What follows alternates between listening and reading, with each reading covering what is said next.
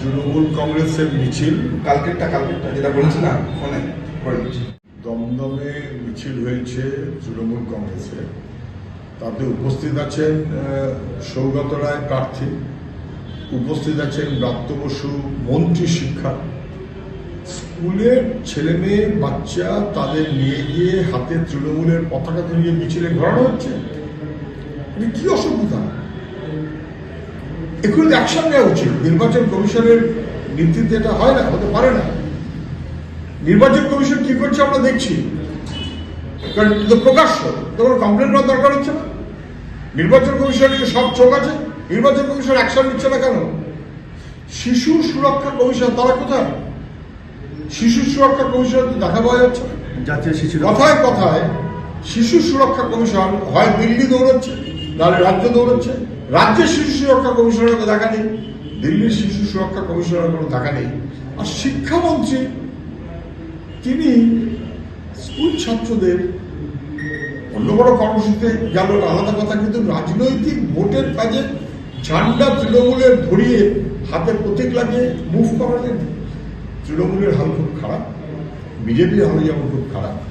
মানুষ জুটছে না, বিচ্ছিন্নতা হয়েছে। হয় মিউনিসিপ্যালিটি কন্ট্রাকচুয়াল কর্মী চোখ রাঙিয়ে নিয়ে আসবো, না হলে তোমাদের টাকা দিয়েছি, পয়সা দিয়েছি, ওই দিয়েছি, সেই দিয়েছি, বেনিফিশিয়ারি, তোমাদের চোখ রাঙাবো, মিছিলে যেতে হবে। না হলে স্কুলের বাচ্চা ছেলে মেয়ে তাদের জবরদস্তি নিয়ে আসতে হবে। এটা কখন নিয়ে আসে? যখন একটা দল কার্যত বিচ্ছিন্নতা হয়ে তৃণমূলের কথায় লোককে উঠছে না, বাচ্চাদের নিয়ে, শিশুদের নিয়ে বেআইনি কাজ করেছে। নির্বাচন কমিশনের অ্যাকশন নেওয়া উচিত অবিলম্বে। এই ঘটনা কিছু একটা গোলযোগ হয়েছে, তর্ক বিতর্ক হয়েছে, মিডিয়াতে আমি যা দেখেছি তাই নিয়ে নাকি দুপক্ষকে হুমকি দিচ্ছে। নাটক ভাব। বিজেপি এসে বলবে তৃণমূলের সরকার অপদার্থতা করেছে আর তৃণমূল চান্স একটা করে কেস চুকে দেবে। তবে আমি শুধু বলছি, এসব বিজেপির কাছে শোনার দরকারটা কি? আর তৃণমূলের কথাই বা শুনে লাভ কি? 2011 সালের পর থেকে আমাদের অজস্র কর্মী আক্রান্ত হয়েছেন, গ্রেপ্তার হয়েছেন, নানাবিধভাবে হেনস্থা হয়েছেন, জীবিকা কেড়ে নেওয়া হয়েছে, মিথ্যা মামলা দেওয়া হয়েছে। তারপরেও কিন্তু লাল ঝান্ডা মাথা উঁচু করে দাঁড়িয়ে আছে। কাদেরই গাইতে হয়নি। দাদা ভয়াবহ সিআইএসএফ এর বদলে এবার বিএসএফ দিয়ে ভোট হবে কেন?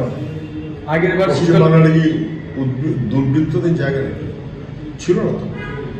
পশ্চিমবাংলা দেখলে দরকার ছিল না, দরকার হতো না। তৃণমূল রাজত্বে এসে এমনভাবে লুটপাট করছে, মানুষের ভোটের অধিকার নেই।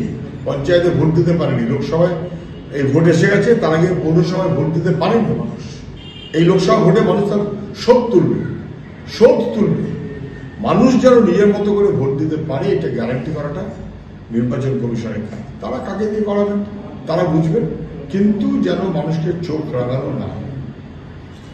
কথার উত্তর দেওয়ার জন্য এখানে আসেনি।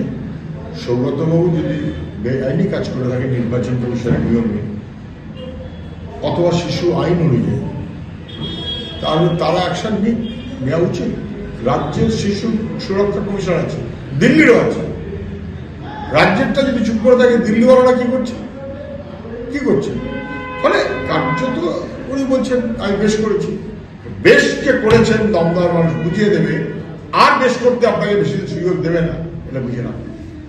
3.5 মাস লাগলো এইটা বুঝতে বা বোঝাতে যে ভয়েস স্যাম্পল কাকুর যা সেটা মিলল।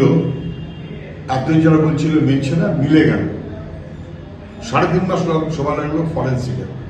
আর তার আগে রাজ্য পুলিশ, পিজি হাসপাতাল ইত্যাদি মিলিয়ে প্রায় 5-6 মাস সময় নষ্ট করেছে। 9 মাস সময় লাগলো একটা ভয়েস স্যাম্পল পেতে এবং বুঝতে। রাজ্যের সরকার তৃণমূল আর দিল্লি পরিচালনা করছে বিজেপি, দুয়ে মিলিয়ে ত্রয়স্পর্শ লাগিয়েছে। তো পাওয়া গেল যে ওটা কাকুরই গলা। এবার কি হবে?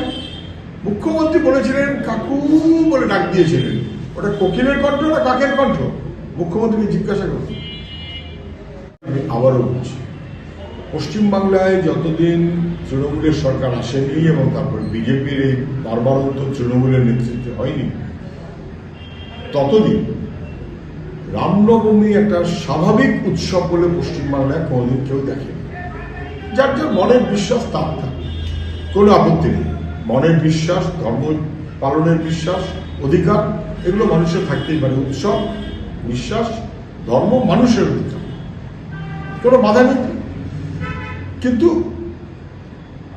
তৃণমূল এবং তারপর বিজেপি আসার পর গতবার আমরা যা দেখেছি, এবছর আমরা যা দেখেছি, মুখ্যমন্ত্রী কার্যত উস্কানি দিচ্ছেন, প্রধানমন্ত্রী কার্যত উস্কানি দিচ্ছেন, এবং দাঁড়িয়ে গেল কে বেশি রাম ভক্ত তার যেন লড়াই। যে ভক্ত তাকে এত লড়াই করতে হয় না। এবং বোঝা গেল যেটা বিজেপির রামনবমী অথবা তৃণমূলের রামনবমী অ্যাজ ইফ তার কম্পিটিশন। উৎসব করা হয় মানুষকে ঐক্যবদ্ধ করার জন্য, আর উৎসব তৈরি করা হয়েছে পশ্চিমবাংলায়, রামনবমীর উৎসব তৈরি করা হয়েছে মানুষের মধ্যে বিভাজন বাড়ানোর জন্য। তা নিয়ে মারামারি, তা নিয়ে আক্রমণ, তা নিয়ে হাসপাতাল ইত্যাদি। এটা উৎসবের কোনো গুরুত্ব আর থাকলো না। উৎসবটা হয়ে গেল হিংসার রাজনীতির অংশ। এই জায়গাতে নিয়ে গেছে বিজেপি। করেন আমি জানি না, ওকে তুলে নেওয়া হচ্ছে। এর রাজ্যপাল রাখার কোনো মানে আছে নাকি? নির্বাচন কমিশনের দায়িত্ব নির্বাচন পরিচালনা করা। রাজ্য নির্বাচন কমিশন যাতে ঠিকমতো পরিচালিত হয় সেটা দেখার ক্ষেত্রে রাজ্যপালের ভূমিকা থাকতে পারে। তিনি একেবারে ফেল করেছেন পঞ্চায়েত নির্বাচনে, অথবা সবাই বুঝেছেন তার আগে পৌর নির্বাচন হচ্ছে। পঞ্চায়েত নির্বাচনে মানুষ ভোট দিতে পারেনি। উনি অনেক কথা বলেছিলেন, কাজে কাজ কিচ্ছু করেননি, কিচ্ছু করতে পারেননি। কারণ ফালতু কথা বলেন, কুচবিহারে আমি যাচ্ছি, আমি গিয়ে বসে থাকবো, আমি গিয়ে সব ঠেকাবো। ভগবান এসছেন নাকি কে এসছেন? কি মনে করেন নিজেকে? কি মনে করেন? আরে মোদিজিও বোঝা গেছে তার দ্বারা কিছু হবে না। আর কোথায় রাজ্যপাল? ফালতু লোক, ফালতু কথা, ফালতু কাজ। শেষ পর্যন্ত চক্রবর্তীকে গদ্দার বলেছেন মুখ্যমন্ত্রী। আমি বলছি মুখ্যমন্ত্রী, আপনি মিঠুন চক্রবর্তীকে কদিন আগে রাজ্যসভা মেম্বার করেছিলেন কার কথায়? দিল্লির কথায়। কার কথা করেছিলেন? ফলে কখন গদ্দার সম্পদ হয়ে যাবে আর কখন সম্পদ গদ্দার হয়ে যাবে কেউ জানে না। মিঠুন চক্রবর্তী ছিল সম্পদ, মিঠুন চক্রবর্তী এখন হয়ে গেছে গদ্দার তৃণমূলের কাছে। বিজেপির কাছে তখন মিঠুন ছিল গদ্দার, এখন মিঠুন হয়ে গেছে সম্পদ। আমি সেদিনও বলেছিলাম, আমি আজও বলছি, মিঠুন চক্রবর্তী তার যে এক্সেলেন্স, তার যে কোয়ালিটি অভিনয়ের ক্ষেত্রে, ফিল্ম, সেটাকে সম্মান করার কোনো অসুবিধা হওয়ার কথা নয়। কিন্তু তারপর তিনি বা কেন আসতে গেলেন না, তাকেই বা কেন রাজনীতিতে টেনে এনে এবার দড়ি টানাটানি করা হচ্ছে, হয় তৃণমূল নয় বিজেপি, হয় বিজেপি নয় তৃণমূল।